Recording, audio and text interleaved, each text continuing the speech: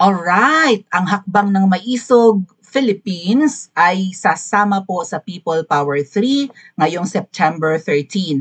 Sa vlog natin kahapon, ang ating nahanap na mga post ay mukhang rally or event na at least pinopromote sa TikTok ng mga makakaliwa. But this time, kasali na po yata ang napakaraming grupo. Bakit nga ba may People Power 3 sa September 13? Again mga kababayan, 11 ngayon, Webes. Bukas, 12, rally ni Naka Eric sa EDSA. Sa 13 po, Sabado, rally naman po ng iba't ibang grupo and I think ang Maisog ay sasali dito.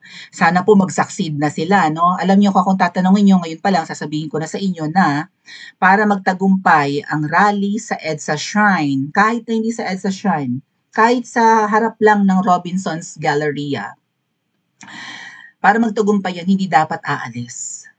Right? You stand your ground. Umupo dyan, matulog. Mag-antay ng karilyebo. May mga susunod, for sure. Mababalitaan yan all over the Philippines. Sabi ko nga, kung kakayanin lang ng mga taga Mindanao and Visayas na mag-caravan papuntang Maynila, hindi ito bibilang ng isang buwan, tapos ang labada, darling. Okay? So, pero kung magrarally lang doon, and then uuwi after kinagabihan, like inaabot lang doon ng 9 p.m. hanggang 10 p.m. pagsara ng mall. Kasi yung iba, napansin namin nung nag-rally kami last year, nung November, pag nagpatay na ng ilaw yung mall, yung Robinson's Galleria, nakatabi ng EDSA Shrine, madilim na yung area, gloomy na. Yung mga tao na wala na rin ng enthusiasm, nag-uuwian na rin, nakikisabay na rin sa pag-uwi ng mga shoppers, mall goers, mga empleyado ng Robinsons, uwi na rin sila. Pero kami nagpapaiwan talaga doon. Okay, doon natutulog.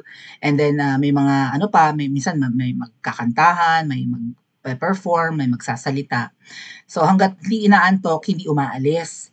So sana kung ano yung naging formula namin or yung kung ano yung naging nakita naman yan, hindi lang ng hakbang ng Maisog, but ng iba't ibang grupo sa Pilipinas na maka-Duterte, 'di ba? Sana yun din yung gawin nila, walang alisan, walang uwian. Kung uuwi man dapat may kapalit.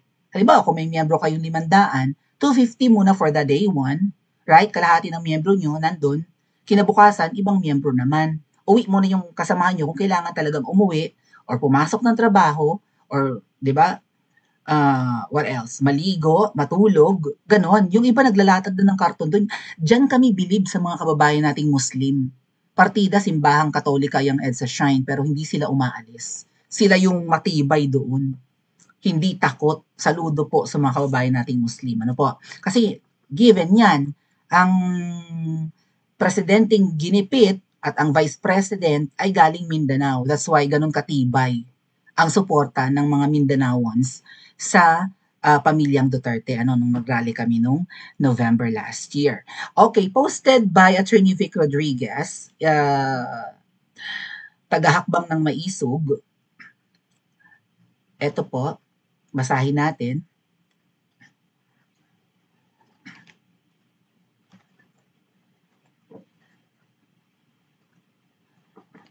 Sana nilagyan nila ng oras, no? Anong oras pupunta at hanggang anong oras doon?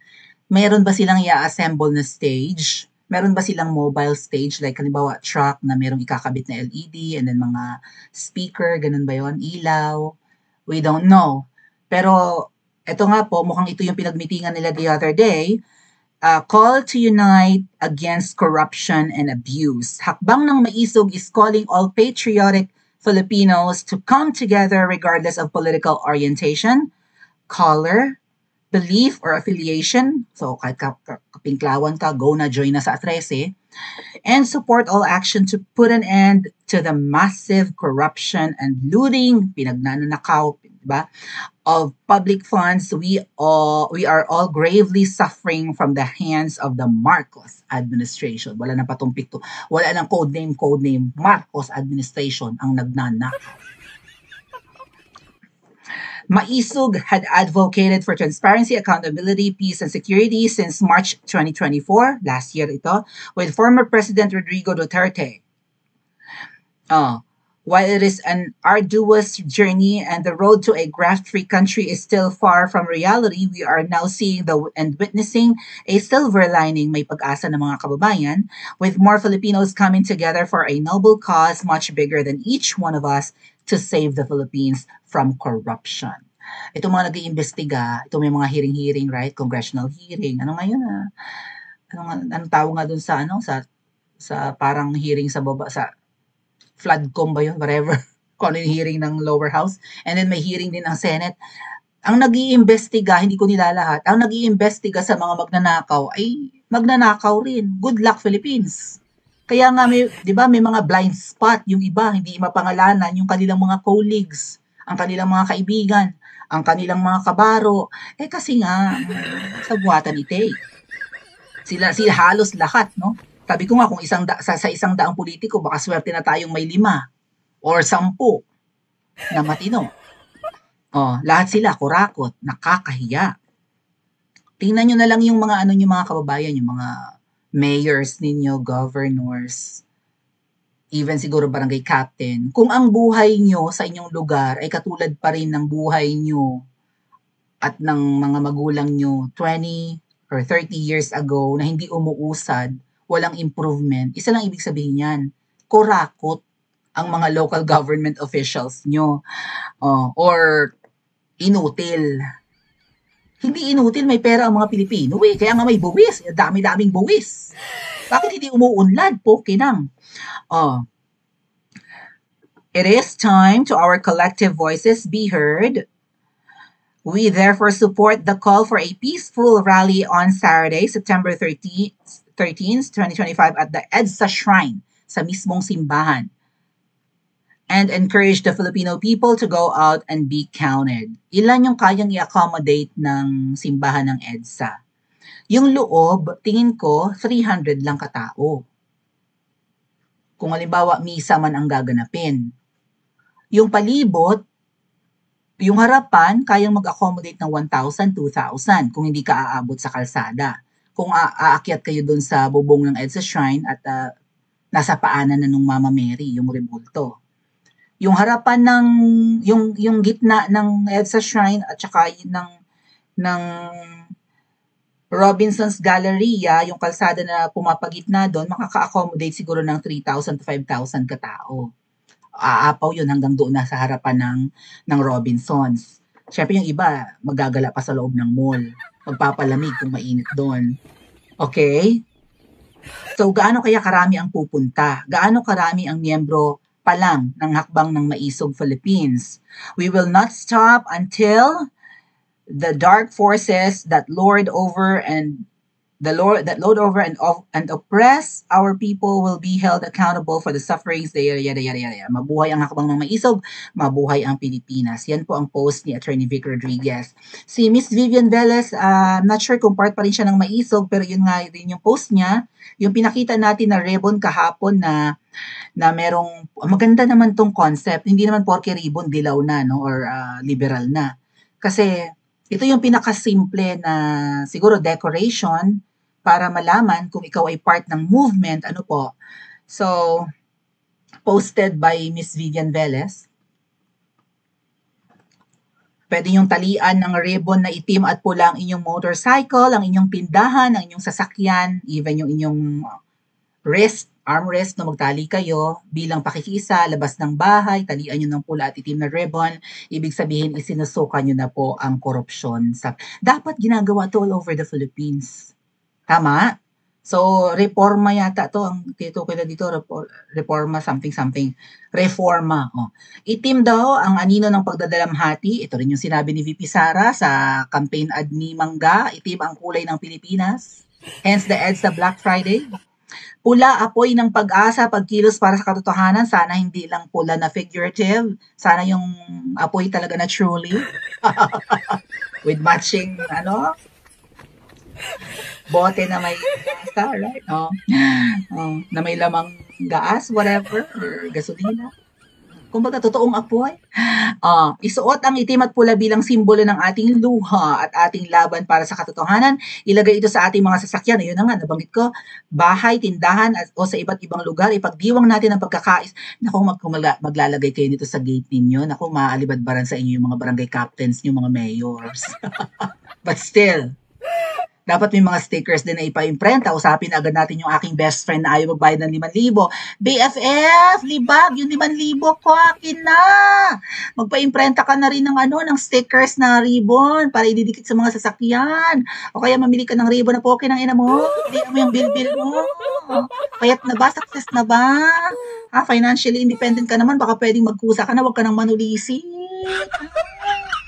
Total financially independent, mag-sponsor ka naman ng mga pa-ribbon, magpa-imprenta ka ng stickers na ribbon na itim at pula, pandikit sa mga sasakyan. Okay na. Pwede bang bigyan, ako nang bibili ng ribbon na itim at pula, tali ko sa leeg mo, na mo. Mag-iingat po ang lahat sa mga ganitong gathering na gaganapin sa September 13 for sure ay merong mga double agents. May mga tik-tik, may mga magmamanman, may mga mauutusan para mag-report sa pambansang prutas ng Pilipinas. If you know who I am pertaining to. Reforma Pilipinas, yung tawag naman sa movement ni na Miss Vivian Velez. Okay, Reforma Pilipinas, ito ba yung sakbang ng maisog or iba pa tong grupo? Kasi yung kinaka-Eric naman po ay EDSA Black Friday movement naman yung kanila, no? So sama-sama na, ang mga pinklawan, mga kakamping, kumilos din kayo kasi hindi lang naman mga DDS ang biktima nito. I know tuwan-tuwa kayo na si PRRD na ipakulong ng administrasyong ngiwi. Pero hindi naman kayo exclusive sa baha, hindi naman kayo waterproof, hindi naman kayo gabi. Tama? So lahat tayo pag binaha, magka-leptospirosis, ang mga kagamitan natin, lunod rin sa tubig, kayo mababasa rin ng tubig baha. So lahat. So kung merong event sa September 13 ang hakbang ng maisog, merong event si na Vivian Velez and I'm hoping na iisa lang naman to. Plus may event din ang mga makakaliwang grupo, plus may event din si na Eric. Okay? Even siguro yung supporters ni kasi ang hindi naman warla yung mga supporters ni Pacquiao, hindi naman din war freak ang mga supporters ni Mayor Isko, 'di ba? Magsama-sama po kayong lahat sa EDSA Shrine sa A13. But I'm hoping na hindi kayo aalis. Walang dineclare na oras, no? Walang sinabi kung anong oras pupunta doon. Right? And one thing more, sana samahan ito ng mga public figures. Right? Sana, I have a feeling na pupunta si Attorney Vic Rodriguez sa EDSA Shrine sa Sabado po ha, ang September 13. Baka pumunta rin si Cathy Binag, si Jamie Bondoc. Ang hindi pumunta nung rally namin nung November, si Senator Bato de la Rosa, si Senator Bongo, si Senator Robin Padilla, hindi rin pumunta, at kung sino pa yung mga Duterte-aligned senators. Pero this time, I'm hoping na yung September 13, daluhan ng mga prominenteng tao. Maybe Dr. Lorraine Badoy will join the event, right? Kasi kung merong familiar faces mga agad kuya, gaganahan din ng ordinaryong tao, even ng mga DDS na pumunta kasi malalaman, uy, nandun pala si ay, nandun si Bongo, nandun si Bato, ay, sino pa? Right? Huwag kayong mag-expect na pupunta si VP Sara, okay? Malay nyo, after 5 days, after 10 days, at na-pressure na si Ngiwi at na-iskandalo na sa buong mundo na nabuhay ang people power, ikatlo na, saka lalabas si VP Sara para manumpa, katulad ng paglabas ni GMA, malay nyo naman. Baka ito na yun. Ngayon mga kababayan, ayan na may panawagan na. Kung akong tatanungin nyo dito, medyo magiging challenging ito. Kasi kami, naranasan namin mag-EDSA last year, di ba? Shoutout sa mga grupo na sumama sa amin in EDSA. Wala na tong element of surprise. Nag-invite na, therefore, ang mga pulis nakaantabay na doon. At kapag lumaki ang crowd, at hindi umaalis, i-disperse yan ng mga pulis. But then again, dito napapasok yung tulong ng mga vloggers. Even kayo, kung pupunta kayo, or kung sino man ang sasama sa rally sa Sabado, make sure na fully charged yung inyong mga phones. Mas maganda kung meron din kayong backup na phone, or may baon kayo na power bank, di ba? Kasi kakain ng mahabang oras doon kung hindi mag-aalisan. Plus, kung meron mang magdi-disperse, meron mang manggugulo, may lilikha ng commotion, merong halimbawa i-disperse kayo, gamitan kayo ng dahas, bombahin kayo ng tubig, buhayin nyo ang inyong mga cellphone. Mag-live kayo sa Facebook, lalo na maraming tao sa Facebook. Mag-live kayo sa TikTok kung meron kayong TikTok, lalo din sa YouTube, matao rin ang YouTube. Buhayin nyo, mag-live kayo, eto na ang nangyayari, lumalaki na ang crowd. Yun. Okay? Pero kung sasabihin mo na hanggang gabi lang to, tas uuwi, tapos balik na lang sa susunod na kapag ka meron na namang malalang eskandalo, ito na yon, momentum na to mga kababayan. Kapag nandun kayo, hanggat maaari huwag kayong umalis. I-suggest nyo huwag kayong umalis. Walang aalis. Uupo, tutulog doon, mag-antay ng kapalit. Mag-antay ng karelyebo. Ganon. Kasi ang gagawin sa A13, mga kababayan, at birthday to ni Ngiwi ha, isasabay sa birthday ni Ngiwi. Naghihinala nga ako, baka mamaya yung rally ng iba, masabi lang na nag-rally. Masabi lang na binatikos ang korupsyon, ang nakawan ng flood control projects budget. Masabi lang. Pero after ng araw na yan, mag-uuwian. Mga kababayan, kapag hindi ito nag-succeed, ibig sabihin nagtagumpay na naman ang mga double agents. Baka mamaya may mga grupo dyan binayaran lang para mag-rally. Either manggulo doon, or masabi lang na nag-rally. Right? Hindi na Duterte ang dahilan ng pagbaba ng taong bayan ngayon. Kasi si PRRD, March 11, kinulong, kinidnap, galit na galit ang mga tao, pinigil yung galit nyo, binuhusan kayo ng tubig.